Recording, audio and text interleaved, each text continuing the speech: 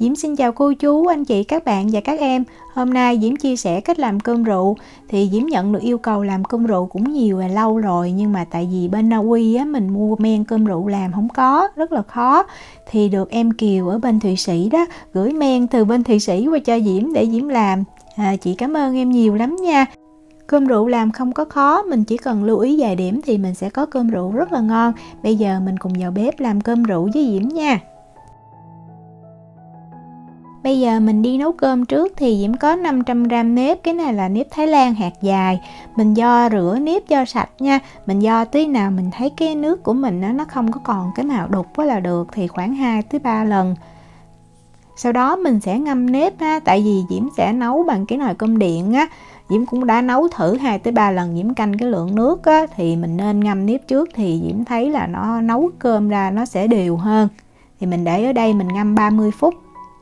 Sau 30 phút á, thì mình lấy cái rây đó, mình đổ nếp ra và mình để cho nó ráo nước ha. Tại vì mình cần canh cái lượng nước cho chính xác đó. Mình để cho nó ráo như vậy khoảng 5 phút là mình mang mình đi nấu được. Sau 5 phút á, thì Diễm sẽ cho cơm vào nồi cơm điện ha. Mình đong lượng nước thì Diễm có lưu ý như vậy. Thì trong video này là Diễm cho 450ml nước. Còn nếu mà cái gạo của mình rất là mới thì mình cho chừng 420ml nước là được nha. Đó, nó xăm xắp như vậy nè. Để nấu thì Diễm chọn cái chức năng là nấu cơm luôn. Thì cái nồi của Diễm nó có chức năng nấu nếp nữa, nhưng mà nấu được có 3 lon thôi. Cái này nó hơn 3 lon đó, vì vậy Diễm nấu cơm bình thường. Mình đi chuẩn bị cái nước muối. Thì ở đây Diễm có 5g muối. Thì mình đo khoảng hơn 1 muỗng cà phê á. Rồi mình cho vào 250ml nước sôi, giúp cho muối nó mau tan hơn. Và nước nấu chín đó, nó cũng tiệt trùng hơn. Mình khuấy lên cho muối nó tan đều trong nước. Và bây giờ mình để nó nguội bớt. Ở đây là cái gói men cơm rượu mà Diễm dùng nè. Thì một gói này rất là nhiều ha. 1 kg nếp á, thì trên đây nó ghi mình dùng 8 viên men. Thì Diễm làm nửa ký thì Diễm dùng 4 viên. Và Diễm cũng có cân. Tại vì thường á, cái men cũng cái viên to viên nhỏ hoặc nó bị nát á, thì Diễm cân 4 viên men này được 3g nha. Mình cho nó vô một cái túi ni lông nhỏ đó. Rồi mình cứ cà cho nó nhuyễn ra. Mình để ngoài cà thì cái bụi nó bay lên hơi nhiều đó. Mình cà cho nó nhuyễn ra là được. Cơm vừa nấu chín xong á, thì mình nhắc ra liền. Thì cái cơm này á, Diễm nấu Diễm thấy là nó mềm nè. Diễm cũng có thử nấu cho cái cơm nó khô hơn á, thì Diễm thấy cơm rượu khi mà mình làm xong nó ngọt lắm luôn á. Ngọt mà kiểu mà gắt cổ luôn. Còn cái cơm này á, thì Diễm nấu giống như là mẹ Diễm làm hồi xưa. Thì Diễm thấy nó không có ngọt liệm như vậy. Tùy mình thích ha. Tại vì Diễm cũng có nghe nói là nó không có nên nấu khô quá. Nhưng mà khô quá làm vẫn được. Diễm đã thử rồi. Thì mình cho cơm ra cái dĩa rộng rộng, một cái mâm cũng được, mình trải ra như vậy cho cơm nó mau nguội. Mình sẽ để cho nó nguội khoảng 20 phút tùy cái nhiệt độ nhà mình á. Thì nhà Diễm thấy Diễm để chính xác 20 phút á là Diễm làm được.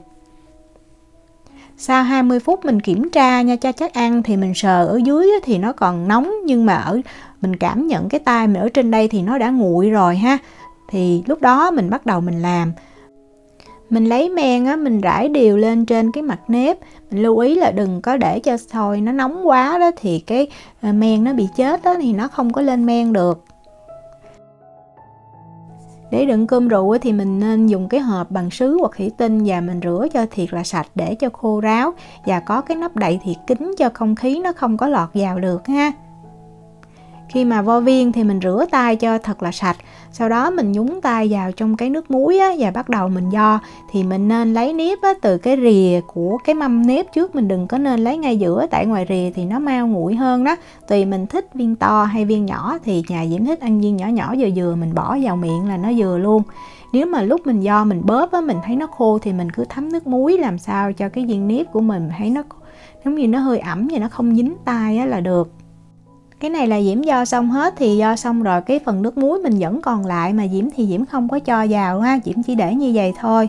Mình đậy nắp lại á, cho thiệt là kín. Và bây giờ mình sẽ mình cất vào một cái nơi nào mà nó khô ráo và không có ánh sáng. Nó ấm càng tốt ha. Tại vì nếu mà nó nóng ấm á, thì cái cơm rượu của mình nó sẽ mau đạt hơn. Kỹ lưỡng hơn á, thì Diễm lấy cái túi màu đen này và Diễm cột nó lại. Tại vì Diễm cho vô trong kho, nhưng mà nhiều khi mình mở cửa ra cũng ánh sáng ra vô á.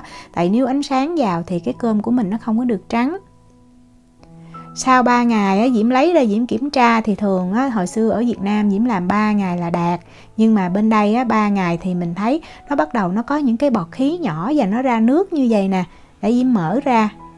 Thì lúc này á, mình ăn thử ha, nếu mà mình thấy nó chưa có cái độ nồng như là mình muốn á, thì mình sẽ cất lại, mình để thêm 1 tới 2 ngày nữa. Diễm á, thì Diễm thấy thường Diễm để thêm 1 ngày rưỡi 2 ngày nữa thì cái cơm á, Diễm ăn thấy rất là giống hồi xưa mẹ Diễm làm luôn á.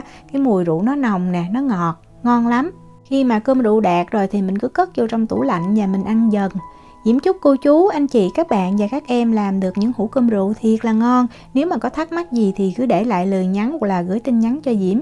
Diễm cảm ơn sự quan tâm theo dõi video rất là nhiều. Hẹn gặp lại trong những video tiếp theo. Chào tạm biệt.